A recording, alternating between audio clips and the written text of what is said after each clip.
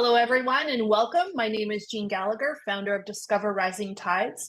And welcome to Discover Rising Tides, How the Outside Makes the Inside Better, where we explore the importance of the outdoors and maintaining life balance. Through this series, we'll be talking with women business owners and to understand their journey. And today, our guest is Dr. Shelia Whiteman. Shelia is a doctor of physical therapy and a certified health coach. He specializes in working with clients with pelvic health issues and has treated hundreds of women for pelvic floor disorders, including urinary incontinence and related issues. In addition, she also provides health coaching for women to optimize their overall well-being, focusing on 3 pillars of health: nutrition, movement, and sleep. Dr. Whiteman is the 2-time best-selling author of Pee or Not to Pee, and a guide for reducing and eliminating urinary incontinence, and Stop Worrying About Bladder Leaks, the guide to overcoming urinary incontinence.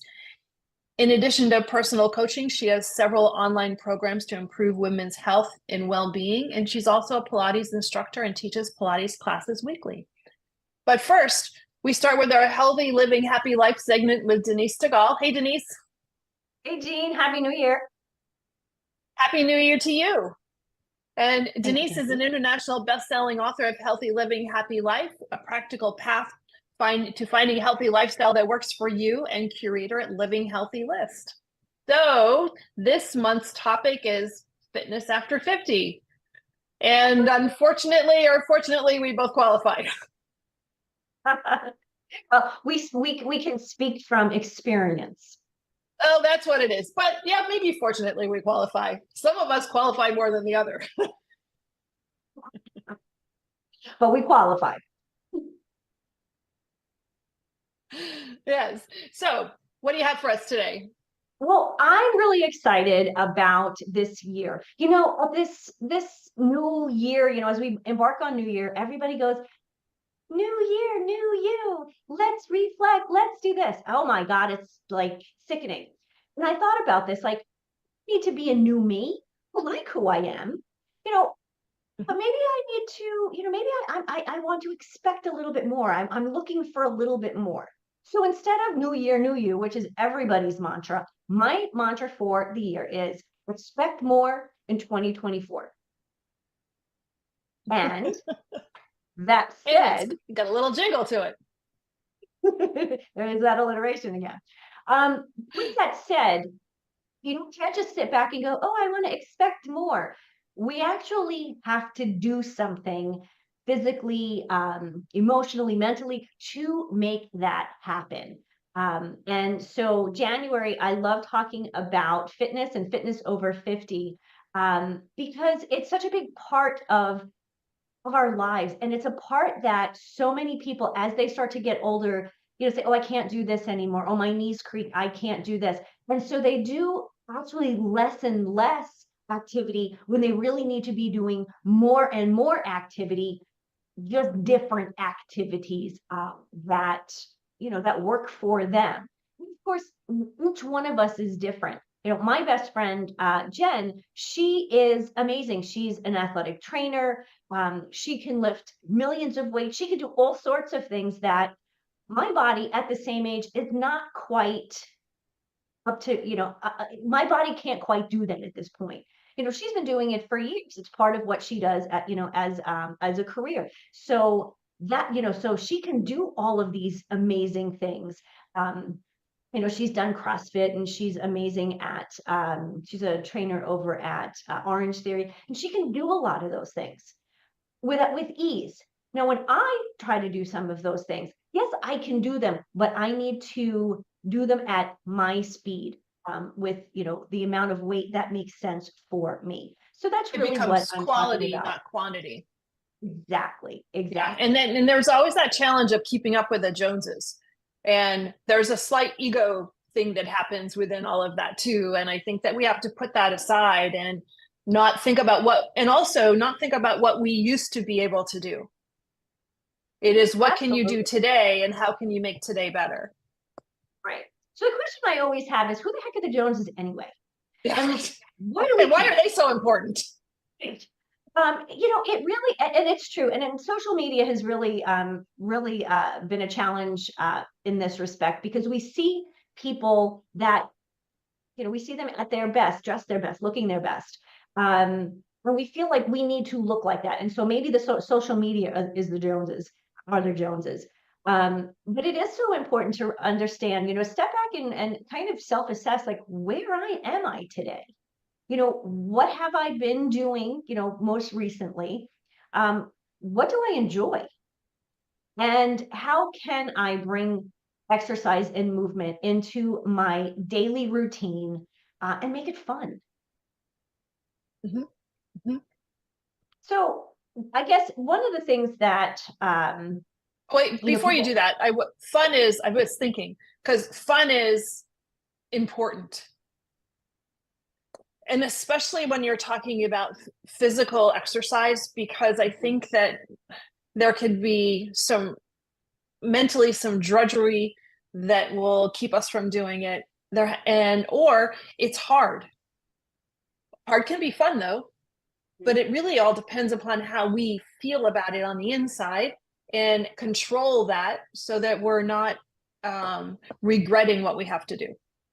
oh, absolutely. If it's not fun, you're not going to do it. And that goes back to that, New Year's resolution. I'm going to lose weight. And so people go on this crazy diet, or they go to the gym, and for a week they do all of these crazy things. They get up to the treadmill, and they're going to run, 6 miles, yet they haven't walked around the block, Right. in ages. Or, they start picking up weights that are way too heavy.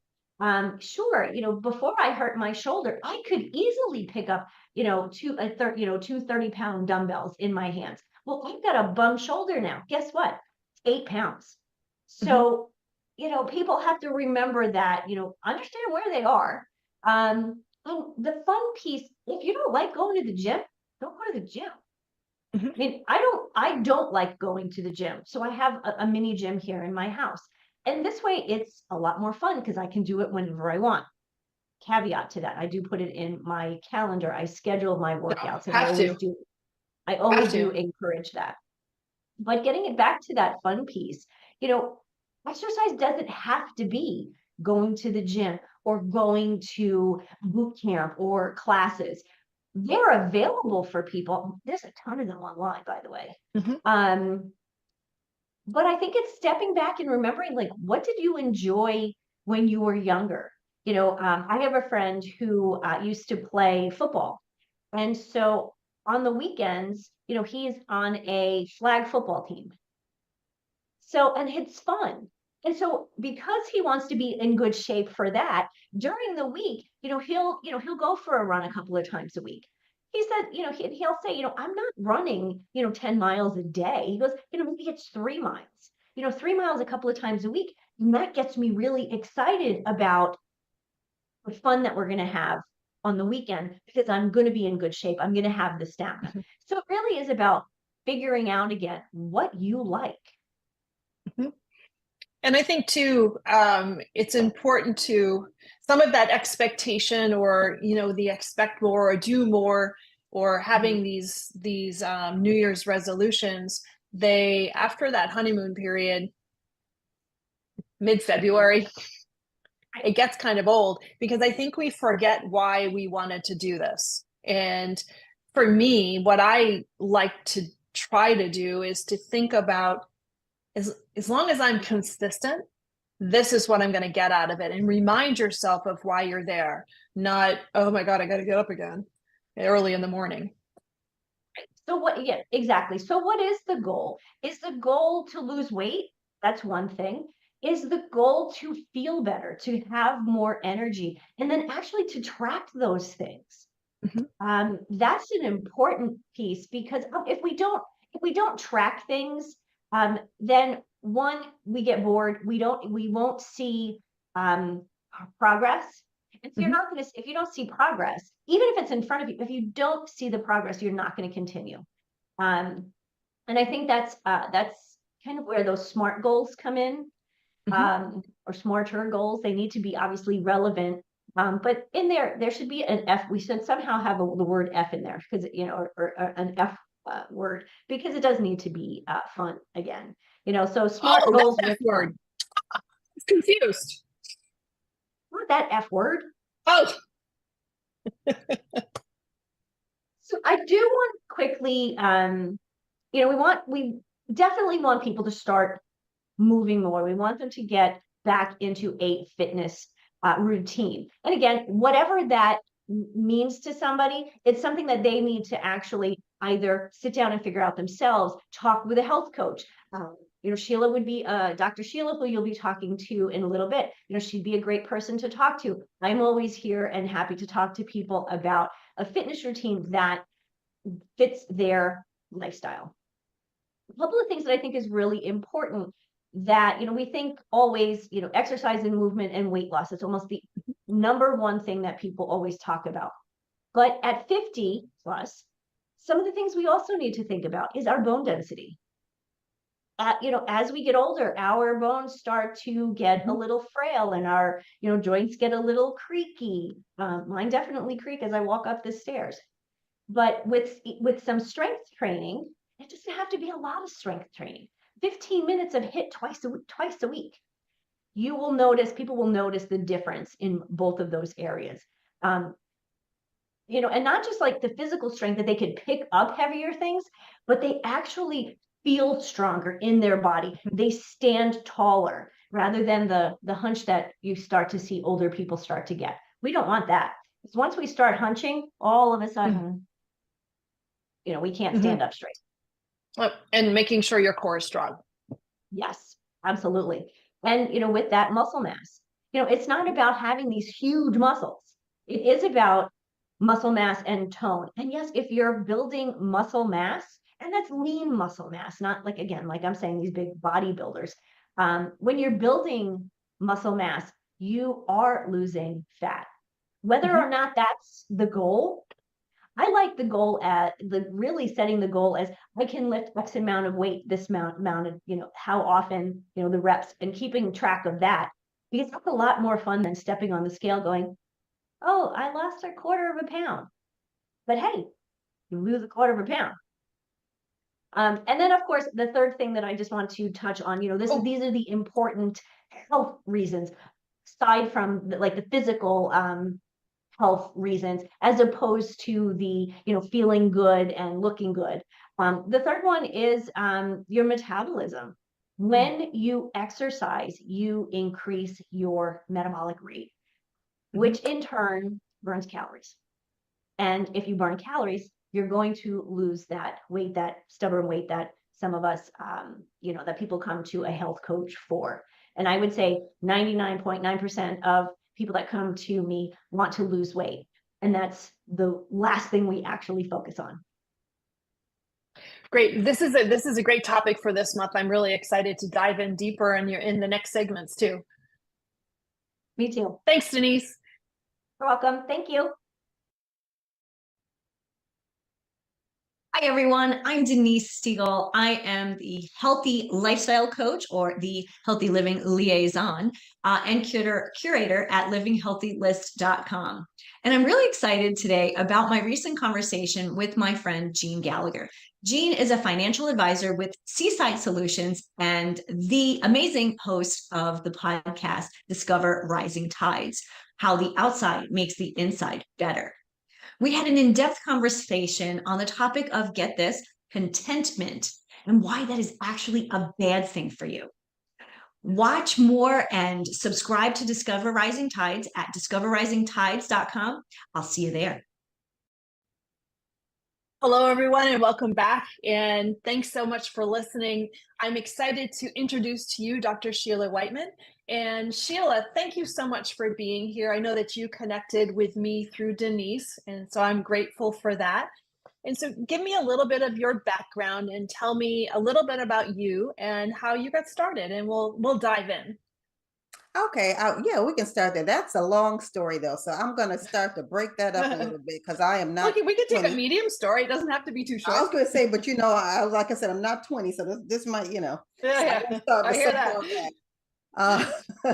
But my background actually is I am a physical therapist. So I've been a physical therapist for over 35 years now.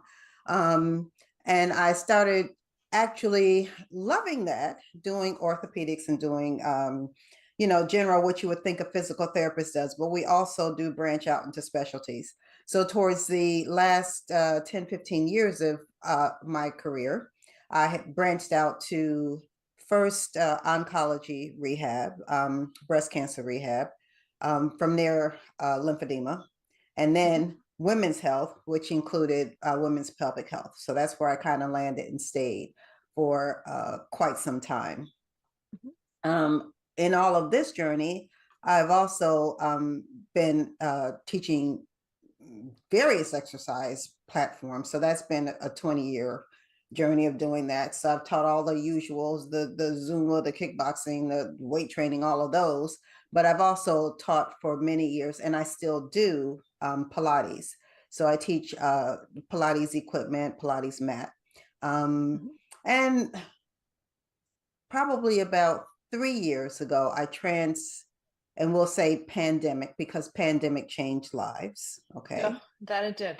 Yes. So pandemic is when I stopped wanting to work in a clinic, as many of us did, actually. Many therapists kind of headed out, but and switched over to health coaching. So I went back, got a certification in health coaching.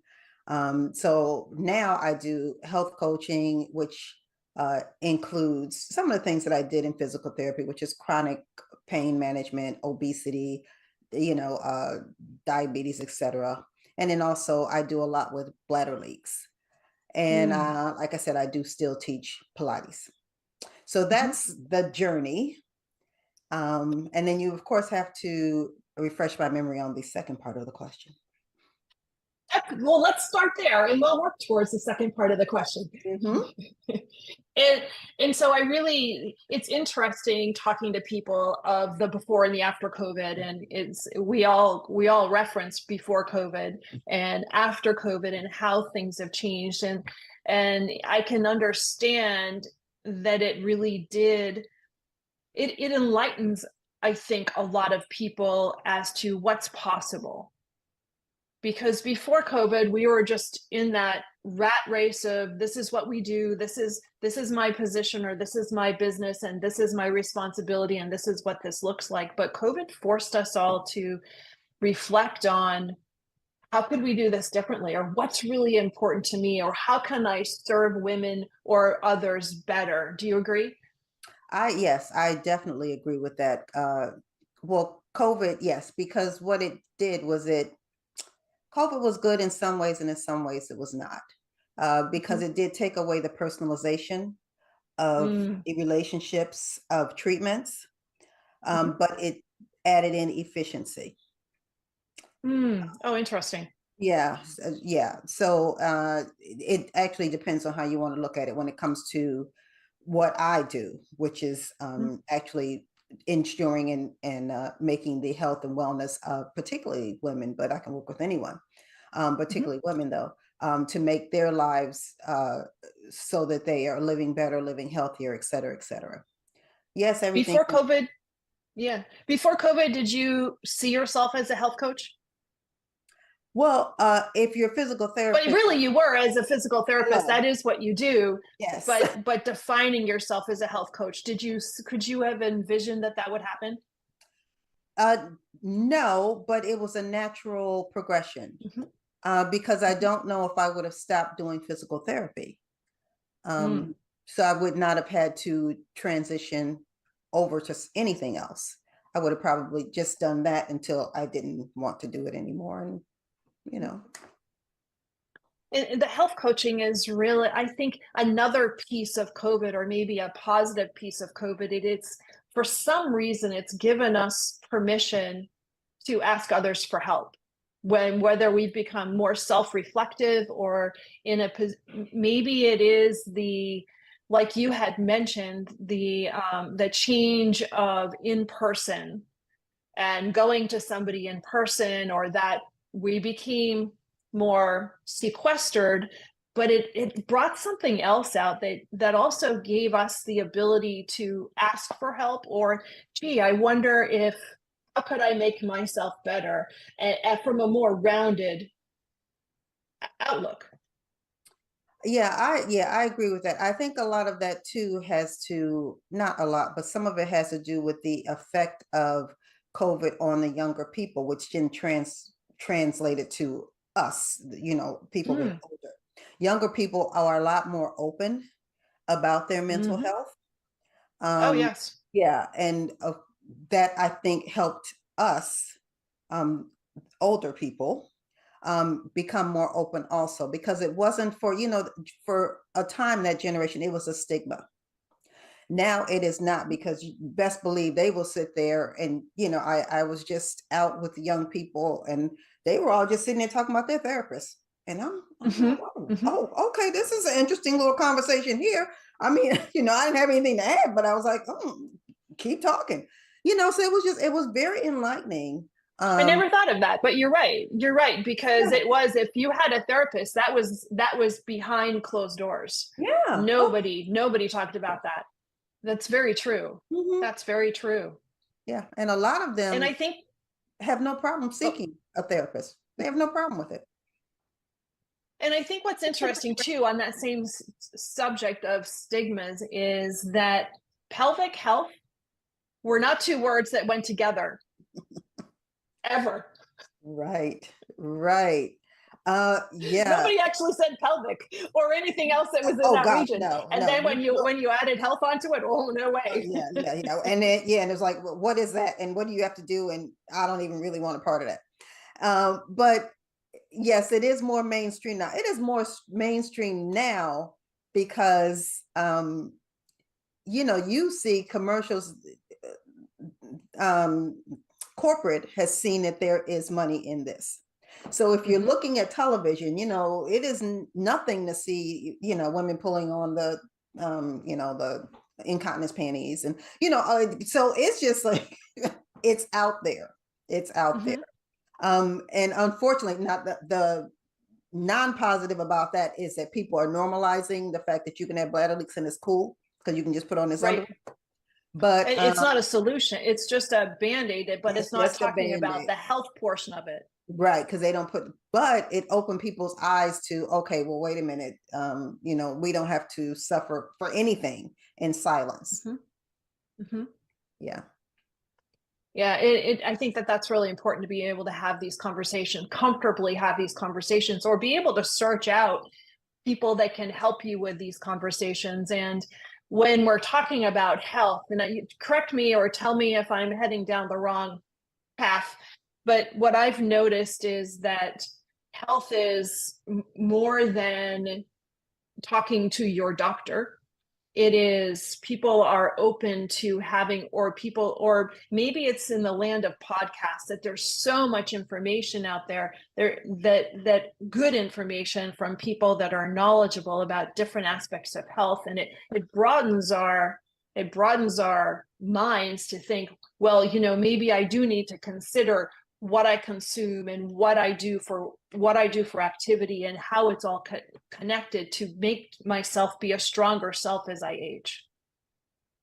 Yeah, there is so much information on there, and the fact that we are living longer, a lot of, and the fact that we live longer means that we also see our counterparts who don't take as much time to take care of themselves not age as well.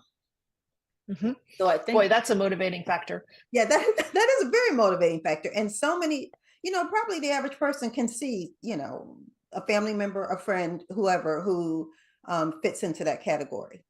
And it's frightening. So, as you age, we all age, and we're all, aging well. But aging can be scary. So you do want to live your best life no matter how old you are, because there are very aspirational 100-year-olds who do well, actually. Well, let me tell you about this lady I know. Yeah. And she's 94 years old. Her birthday was yesterday, and she goes to CrossFit. She is absolutely amazing. The doctors told her before she started to go, the doctors told her that you would, at this point in your life, early 90s, you'll never reach your arms above your head. Oh. And Yeah. And so she said, well, that doesn't make any sense, and started to go to CrossFit. And of course, it's modified. But I will tell you, watching this lady do a version of burpees is absolutely incredible. You think that all of your problems go away. She is so inspirational. But what I want to touch on, I have two questions. One is I want to know more about your health clients and the demographics and the people that you help. But I want to talk about weight training and the importance of weight training, especially as a female, and especially for those of us that are no longer 40 or no longer 50. Yeah, weight training is really important. I don't think people realize how early we begin to lose muscle mass. I think it's might be 35, somewhere in there. Yeah, that and you lose a percentage every year. We just the norm. And if you don't do anything to combat that, when you get to, and the age is really kind of early, when you get to your 60s and 70s, you're almost a little frail. Like you don't have strength. You those are the people who have difficulty even opening jars or doing going up steps, doing the things that we normally would have to do to be able to Tying their shoes. Yes. So to combat that, yes, weight training is extremely important. It's important for building muscle mass, for building your bone mass. Your bone also decreases yearly. And for women, our protection for the non-rapid loss of bone is estrogen, which depletes at menopause. And it also depletes, if you have to have a surgical, if there's a surgical menopause. So you really have to try to combat that also with exercise. Exercise keeps your metabolism going. It helps you to maintain and regulate your weight. So it has a lot of benefits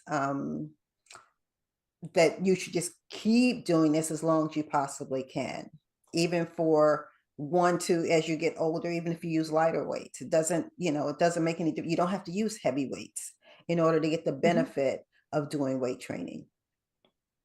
I never really considered it. Well, cardio is easy. Cardio is not easy, but in general, cardio is easy as far as you can go for a walk, you can go for a run, you can go for a bicycle ride, you can go for a hike, you can do all of those things, and you think that you're covering everything that you need. But what happened for me is that I realized, as you mentioned already, I've seen people in my age group that are not doing anything, or I can watch their decline. And then I realized, well, wait a second, I am that age group. And there's a realization, right? Hold on, time out. I am that age group. And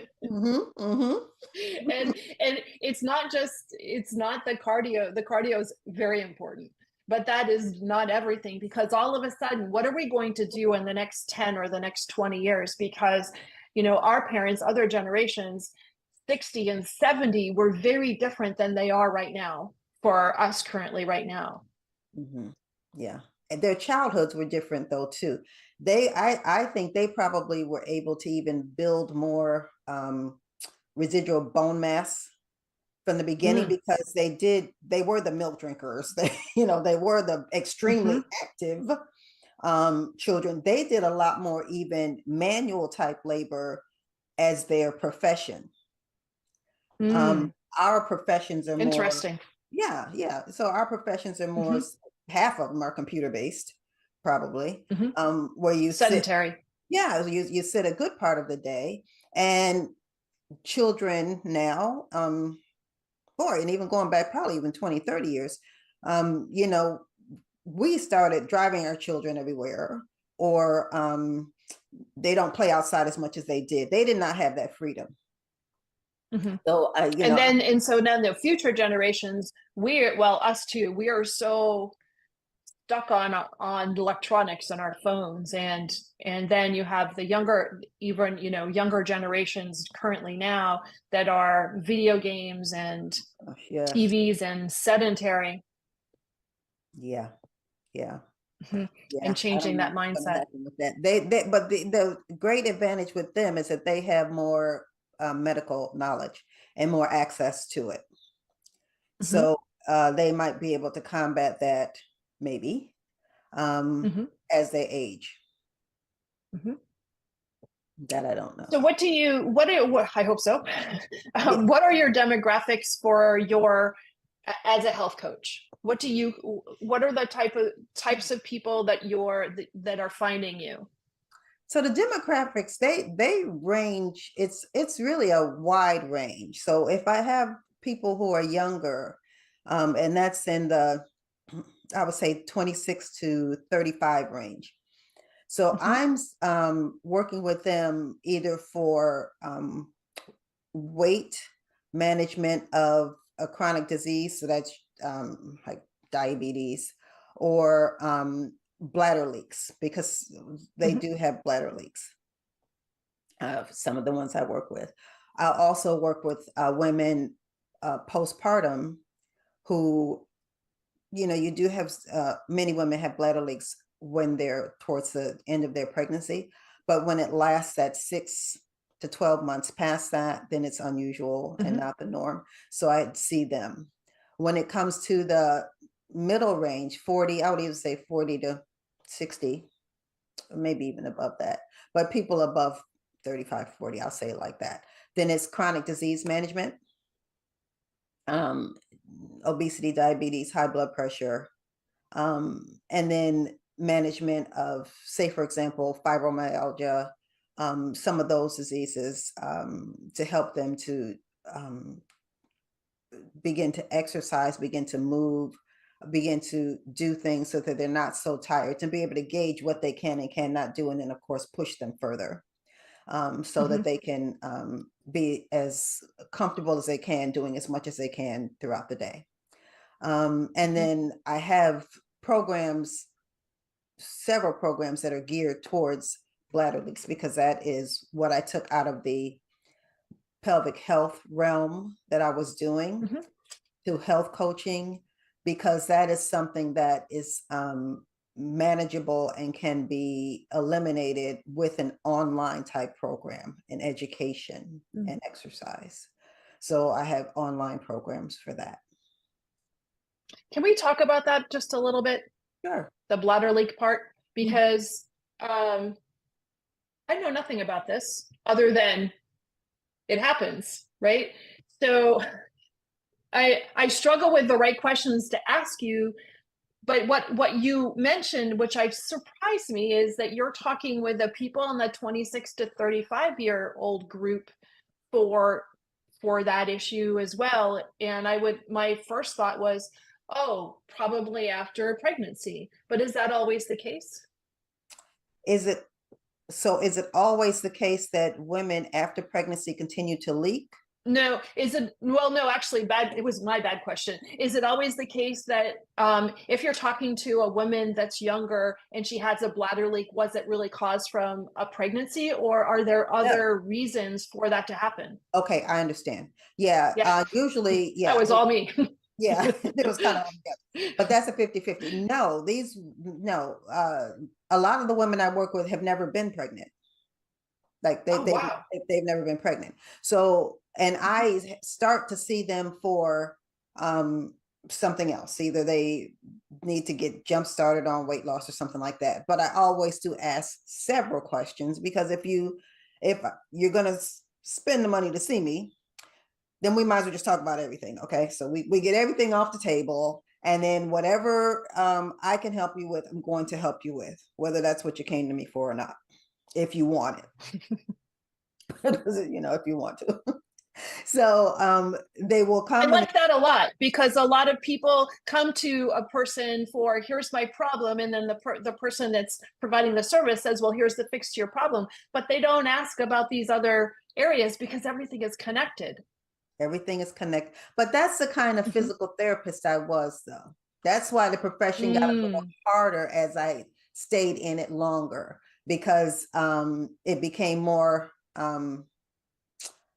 revolving door type Yes. of profession because of, you had to make this money, you had to do this, you had to do that because of, the way it started. But back when I started, you could treat the whole person.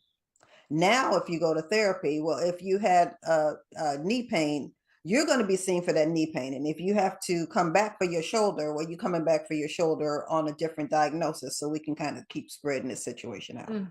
But it is all connected. But it is all connected. So even when I was a therapist, if you came to me for your knee and you said, okay, well, my back, blah, blah, blah. Okay, well, we're working on this back too, because you're not going to come back to see me over and over, because who has this copay money and who's doing this?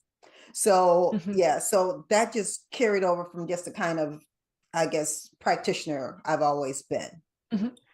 So yeah, so if you've said to me, and some of them have said to me since I was a kid, I've had issues with either leaking or having to go to the bathroom too frequently, like I have to run to the bathroom. That's kind of, and sometimes that's where it starts, like I'll just ask a general question or whatever. And I always ask the question, do you have any problems with leaking or anything? I ask that everybody just because of that's who I do. But if you say to me, okay, well, I'm at work and my goodness, every time I turn on, I have to go to the bathroom. Okay, well, wait a minute, let's address that, because it's not just bladder leaks, it's urinary frequency, which is going to the bathroom some people is every 45 minutes, every hour. It's very disruptive. That doesn't have to be. We can fix that. It's waking up at night to go to the bathroom several times where you don't get enough sleep.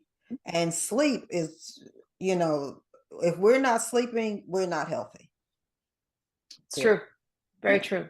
Period. So yeah. So that is another, or having to figure out what kind of bladder leaks you have. So it's of course it's the cough, sneeze, stress. It's the key in the door. I know I'm getting ready to walk on the door. I got to run to the bathroom because I have to run to the bathroom because my brain tells me that. Or if I hear running water, well, okay, well, I got to go to the bathroom.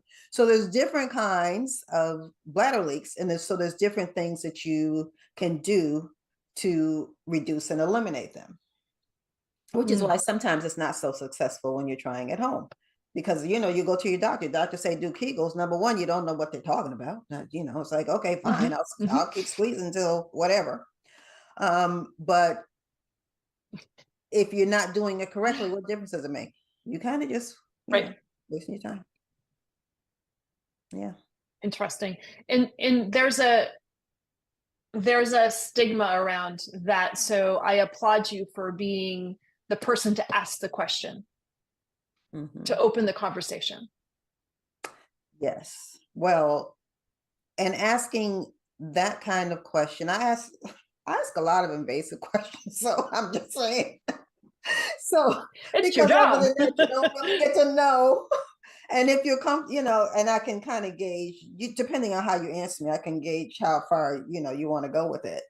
But most people are comfortable enough where they'll answer whatever I ask them. Now, whether they not. I think a lot of people that are reaching out for the help is that they're hoping you're going to ask the difficult questions because they're not comfortable broaching the subject themselves, or don't know how, or who to talk to. Who are you going to talk to? That's kind of really the main issue, is you don't know who to talk to about what. Good point. Yeah, because everybody's specialized. You don't know what special, we all talk to your general doctor, your internist, or whoever you go to. But a lot of times their job actually is to make sure that you stay alive and then send you to the next person if you need a specialist. Or it could be something that they're not going to ask you about, because why would they? And sometimes you get in there and you're so rushed. If you don't write it down or whatever, you're not even going to remember. No. And that 8 minutes that you have for that $400 fee. Yes, that's true. Yeah. So that's true. And that also brings up a really great point too. So that if people are talking with a health coach and they're really getting a more rounded understanding of their situation, so that when they do go to their doctor, they're actually more well informed about themselves to have those conversations, right? Oh yeah, that's the beauty. Yeah, to me, that's the beauty of it, because it's the education part. Because Mhm. even when you leave me, you still want to have enough information about you to be able to ask the questions that will keep you healthy. Like you need Mhm. to know Mhm. enough about you, and you also need to know enough about you to not accept an answer that you're not comfortable with. To Could ask. you say that? Hold on a second. That needs another. Can you say that again? Because that was a really important point. You Ooh, know enough about you. you know enough about you to ask a follow-up question to anything that you're not comfortable with, that they gave an answer Mm. to. Mm. Because if you know enough, and you don't have to, you don't have to pull out the medical book. It's nothing like that. But that base knowledge that you have about who I am, what I'm supposed to feel, Mhm. and how I'm supposed to feel at my best, that's when you Mhm. keep asking the questions when you don't. Mm. Yeah, that's really important, because I think too, when there's a chronic illness or a chronic situation, you get used to feeling not okay. Yeah. So your baseline changes, or maybe it's your internal expectation used to changes, and then it, prior to that chronic thing, you might be feeling this is your baseline of how you feel, but that as that chronic disease or that chronic situation that you're living with, you become used to not being okay, so that it changes your personal outlook of the situation. But you asking questions can also bring back to the surface, well, wait a second, this you should be here, not Mhm. where you're at, so let's work towards that. And I think that would help internally help people grasp what they should be asking, and how they should be feeling. Right. Yes. Or even to always try to ask a follow-up question. Mhm.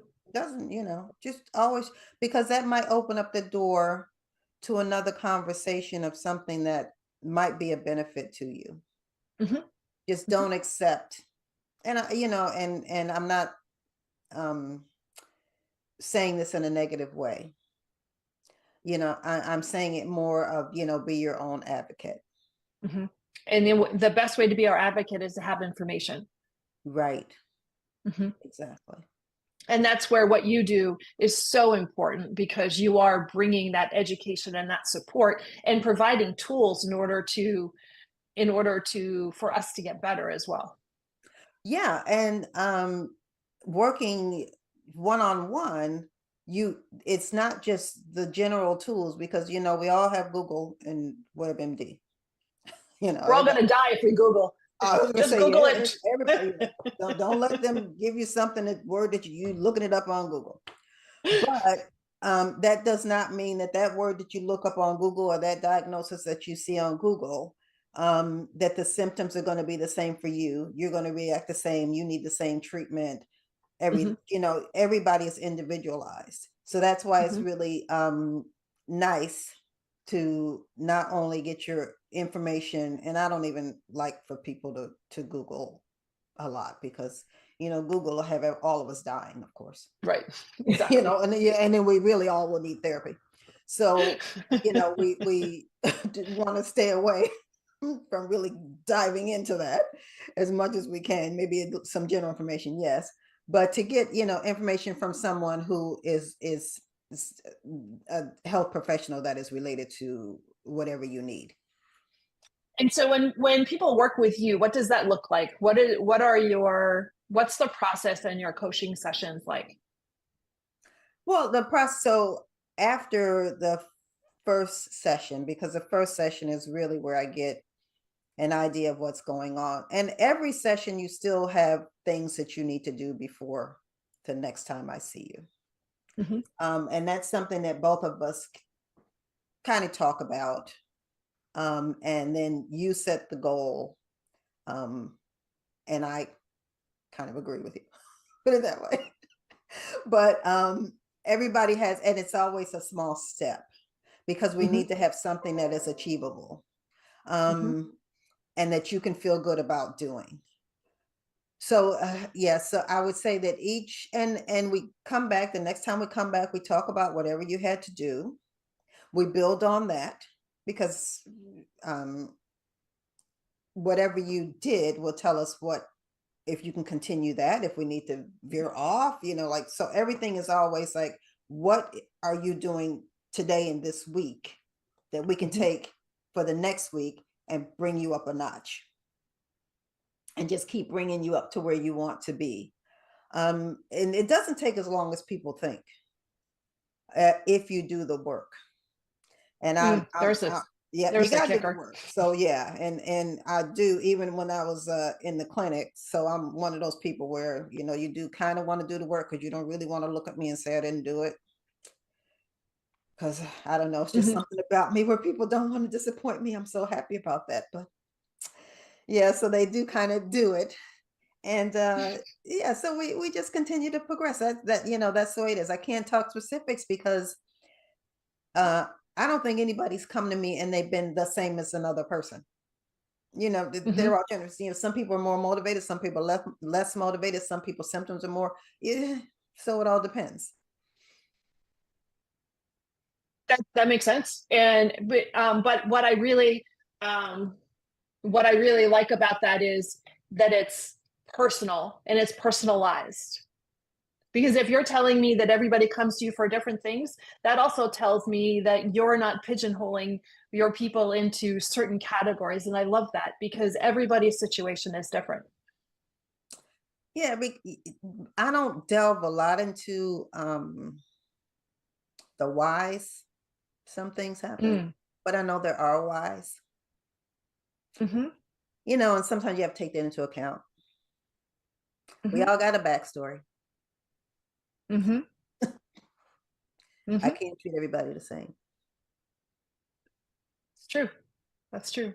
And so the theme of the podcast is how the outside makes the inside better. But and we haven't talked about the outdoors at all, because I've been so interested in everything that you've been talking about. And I didn't want to stop the conversations. So let me ask you just specifically, do you see a difference of the people that you're coaching, or do you see a difference with you in the involvement of being outdoors and being exposed to the outdoors? How does that reflect? Well, I'll talk about me first. So the Mhm. outdoors is rejuvenating for me. It is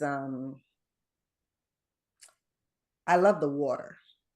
So I love looking Oh, at me too. water. I love seasons. Mhm. I love looking at nature.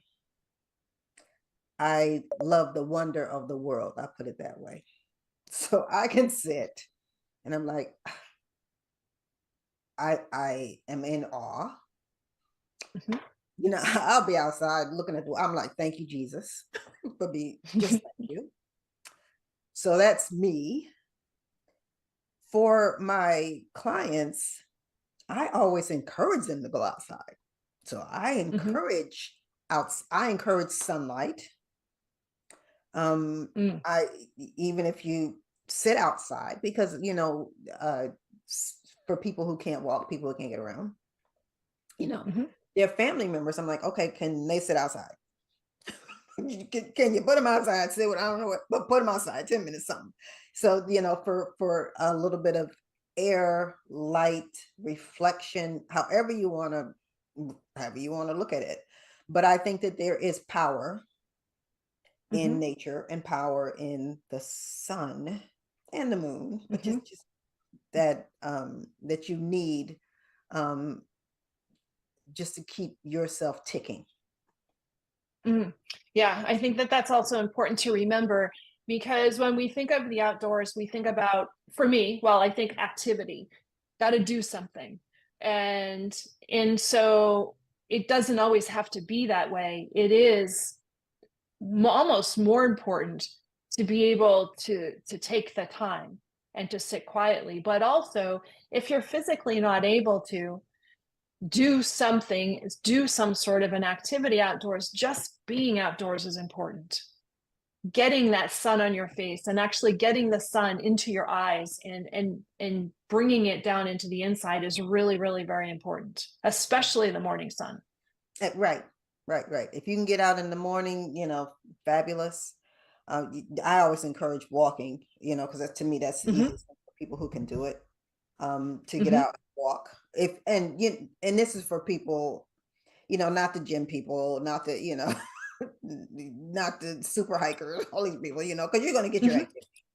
But for people who are generally not as active, walking is something good. And walking outside to me is the best because of just the resetting of your clock, setting of your melatonin, setting for, all the things that it's beneficial for. And the benefits of the sun on your hormones as well, and absorbing that too. Yeah. So, Shelia, I really appreciate your time here today. And so tell me, how can people get in touch with you? Or wait, don't answer that question. First, the first question for that is, what if somebody wasn't sure, do I need a health coach? What should they consider? How would they answer that? Or what would they say? Well, I don't know that I need one. That's a good question. So, well, there's a couple things. So most, well, I don't know about most. I always offer people like a 15-minute free consult, because I'll tell you whether or not you need me or not. I can tell you that. But there might be somebody else. I'll tell you if you don't need me, But one of the best ways that you would know if you would need a health coach is if you are unsure about how to manage any kind of symptom, like say, for example, that you have high blood, I'll give you the easy one. You have high blood pressure and you can't get it under control. And, the doctor just keeps putting you on medicine. You can't figure it out, whatever. That might be something good to have a health coach work with you with. If you have diabetes, and it's the same situation, because if you go to the doctor, you're going to get more medicine if it's something not under control. I mean, just pick a diagnosis. Just pick one. But you're going to get more. So if you don't want to get, if you're having trouble controlling symptoms, if your symptoms are mild and you want to try to get rid of them. If you want to feel better, if you're overstressed and you cannot get life together, if you don't sleep, and specifically for me with bladder leaks, if you can't exercise because every time you walk you are leaking, if you're starting to wear light bladder leaks or menstrual pads, I was going to designate between the two because the two of them are different, but people use the menstrual ones, but you shouldn't. But anyway, if you're using those and you're just like, I don't even know why I'm doing this. I can't figure out how to do it. You've tried the Kegels, whatever. Okay, well, that's a coach, somebody like me, whatever. So there are different, and it's different coaches that specialize in different things. If you have a chronic disease and you know that you want to be able to get up and do a little something, like you just wallow, you don't understand why you can't get it together, you can benefit from a health coach. Oh, I love that. Yeah. So there's many, like I say, there's so many different things that we can do, But I think that's really good. Yet all of those things are things that you don't have time to talk to your doctor about, but you're also only going to get, you're going to get that the prescription piece of paper quite often too. And you need to be able to have somebody to take that extra time to teach you how to help yourself. Right. Oh yeah, that's a good way of putting it. Teach you how to help yourself. That's a good way of putting it. Yeah, I like it. I like it a lot. So tell me about your book and then tell people how to get in touch with you. Okay. Yes. Okay. So I did write 2 books on my favorite subject, bladder leaks. So I have 2 of them. And the first one is Denise's favorite title. It is To Pee or Not to Pee. Okay. And it's the guide. I love that. It's a guide to eliminating your urinary incontinence. And the second one is Stop Your Bladder Leak. Or Stop Worrying About Your Bladder Leak. And they both, one of them has like mechanical information, like how to actually, what the bladder leaks are about, how to actually do your Kegel, how many times you should do it, that kind of thing. That's the first one. The second one is more like the why. Like, why do you get bladder leaks more after menopause? Why do you, why do you get bladder leaks if you're heavy? Why? That kind of thing. So the two books kind of work in conjunction. So that's that. To get in contact with me, so you can contact me through my email, which is the pelvicdpt@gmail.com. You can also go on Facebook. I do a lot on Facebook because I do reels on Facebook, which I got to get back to because the holidays I did get a little messed up, I just have to say. But I do reels on Facebook, and they are generally, they're very short, like 30 seconds, but they're like, okay, well, this exercise will help you if you have bladder leaks, or this exercise will help you if your posture is poor, or if you need to do strengthening of certain muscles. Like I'll just have something on there about arm exercises, planks, whatever. You can, and that is the pelvic coach, Dr. Shelia, because everything is kind of Dr. Shelia, the pelvic coach. So you can even find me on Instagram. Instagram is not my favorite. You can find me on Facebook. I'm on Facebook quite a bit, and I just started doing TikTok. So I'm just trying to get out there just to give a little bit of information. You don't have to do anything. You can just look at the information. Just nothing that you got to really do, because I don't really sell anything on those. I just have the information out there. So that's how you can find me. Awesome. Well, thank you. We'll make sure we put those in the show notes too. But Shelia, I want to thank you again for being here. And it's been a really great conversation, and I'm glad that Denise connected the two of us. And I look forward to talking again. Of course. Yeah, it was really fun. It was really fun. Thank you so much for having me. You're welcome. Okay. Thank you so much for listening today. Today's show is sponsored by Seaside Solutions, my financial services company. As a business owner, it's easy to be pulled in many different directions, and often taking care of yourself plummets to the bottom of the list. For me, I find myself outside to reground. My time outdoors helps me manage my day more effectively and be more present for my clients. Through this, Discover Rising Tides was born. At Seaside Solutions, we truly believe that education is the foundation of financial wellness. Our primary focus is to provide guidance that is designed to help you achieve your long-term financial goals and visions. Working with a plan allows space for doing more things that you love, like being outside to make the inside better. If I can help you create or realign your plan, or if you would like to be added to my weekly newsletter, please let me know. This week's topic was 5 ways to set more achievable goals. Your referral means the big, beautiful world to me, and if I can help, please let me know. And thank you so much for listening, and see you next time.